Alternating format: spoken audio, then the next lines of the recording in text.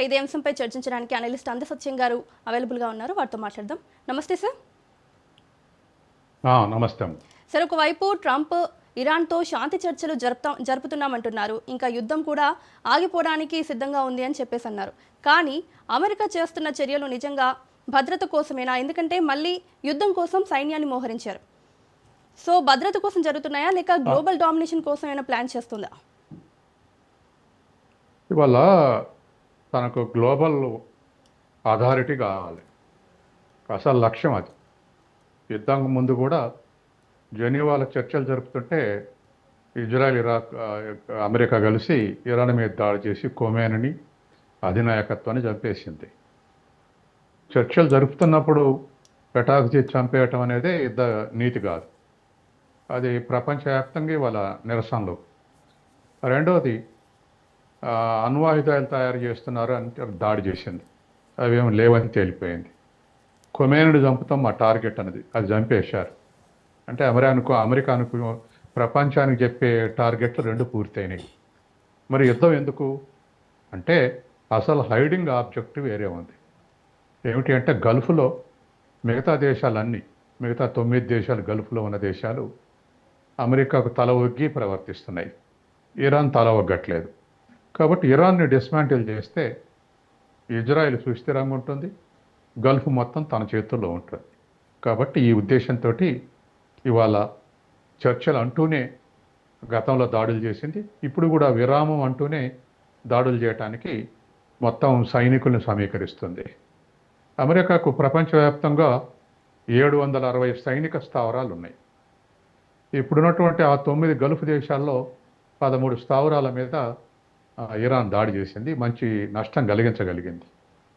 కాబట్టి ఇవాళ ఉన్నటువంటి పరిస్థితుల్లో గల్ఫ్ను చేతులు ఉంచుకోవడానికి ఇంకా ఏదైనా డిస్టర్బెన్స్ ఉంది అంటే అది ఇరానే.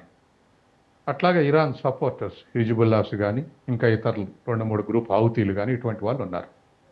కాబట్టి వీటిని స్మార్ట్ చేసి పూర్తిగా గల్ఫ్ను తన చేతిలో పెట్టుకొని, ప్రపంచ ఆయిల్ మొత్తం తన చేతిలో పెట్టుకొని, తనకు పోటీదారులు ఎవరైనా ఉంటే ఆ పోటీదారులను నిర్మూలించడానికి, పర్టికులర్గా China, next Russia, next India, ఇటువంటి పోటీదారులని పరోక్షంగా కంట్రోల్ చేయడానికి ట్రంప్ ఆడుతున్నటువంటి నాటకం. కాబట్టి ఇవాళ ఇటువంటి ట్రంప్ను చూసినటువంటి ప్రజలు ఇవాళ ప్రపంచవ్యాప్తంగా ప్రదర్శనలు జరుపుతున్నారు. ఒక్క అమెరికాలోనే కాదు, లేదా ఇతర దేశాల్లోనే కాదు, భారతదేశంలో కాదు, ఇట్సెల్ఫ్ ఇన్ ఇజ్రాయెల్లో భారీ ప్రదర్శనలు జరుగుతున్నాయి. ఇన్ఫర్మేషన్ బయటకు రానివ్వట్లేదు. అసలు యుద్ధమే లేకపోతే నెతన్యాహు ఓడిపోయే స్థితిలో ఉన్నాడు ఎలక్షన్లో. అటువంటిది యుద్ధం ప్రారంభించి ఆ యుద్ధం పేరు మీద మళ్ళీ అధికారంలో కొనసాగాలనేటువంటి నెతన్యాహు యొక్క లక్ష్యం. తర్వాత ఇరాన్ డిస్మాంటిల్ చేసి ఒక హీరో ఇమేజ్ తోటి ట్రంప్ పోయి 5 రాష్ట్రాలు జరిగేటువంటి మధ్యంతర ఎన్నికలు గెలవాలనేది ట్రంప్ యొక్క ఆశ. కానీ అవి 2 కూడా తిరగలబడ్డాయి. అమెరికాలో సర్వే రిపోర్ట్స్ వస్తుంటే యుద్ధాన్ని 64% అయితే వ్యతిరేకిస్తున్నట్టుగా నిన్న సర్వే రిపోర్ట్స్ వచ్చాయి. కాబట్టి ట్రంప్ చర్యలతోటి ఎవరు హ్యాపీగా లేరు అమెరికాలో. తర్వాత రెండోది, ఇజ్రాయిల్లో ప్రజలు ఎదురు తిరిగే పరిస్థితికి వచ్చారు. ఎందుకంటే అవసరం లేని యుద్ధం చేసి ప్రజలను మూర్తిప్పలు పెడుతున్నాడు. కాబట్టి అక్కడ కూడా నెతన్యాహు వ్యతిరేక ప్రదర్శనలు జరుగుతున్నాయి.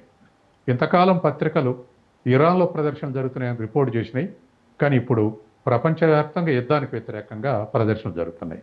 ఇది ఒక అంశం. రెండో అంశం, ఎప్పుడైనా ప్రజలు అశాంతిని కోరుకోరు. గతంలో ఇరాక్ మీద అమెరికా దాడి చేస్తే లక్షల మంది ప్రదర్శన చేశారు. ఒక్క లండన్లోనే 10 లక్షల మంది ప్రదర్శన చేశారు. ఆనాడు హిందూ పత్రిక ఎడిటరు ఎన్రామ్ కూతురు లండన్ స్కూల్ యొక్క ఎకనామిక్స్లో చదువుతుంది. ఆ అమ్మాయి కూడా ఆ ప్రదర్శన పాల్గొని రిపోర్ట్ చేసింది, 10 లక్షల మంది పాల్గొన్నారని. కాబట్టి ఇదివరకు యుద్ధానికి వ్యతిరేకంగా చేస్తే ఇప్పుడు యుద్ధానికి వ్యతిరేకంగా ప్రజల జీవితాలు ఆగమవుతున్నాయి. ఈ గల్ఫ్ నుంచి ఆయిల్, గ్యాస్ రాకపోవడంతో ప్రపంచవ్యాప్తంగా ప్రజలు ఎఫెక్ట్ అవుతున్నారు.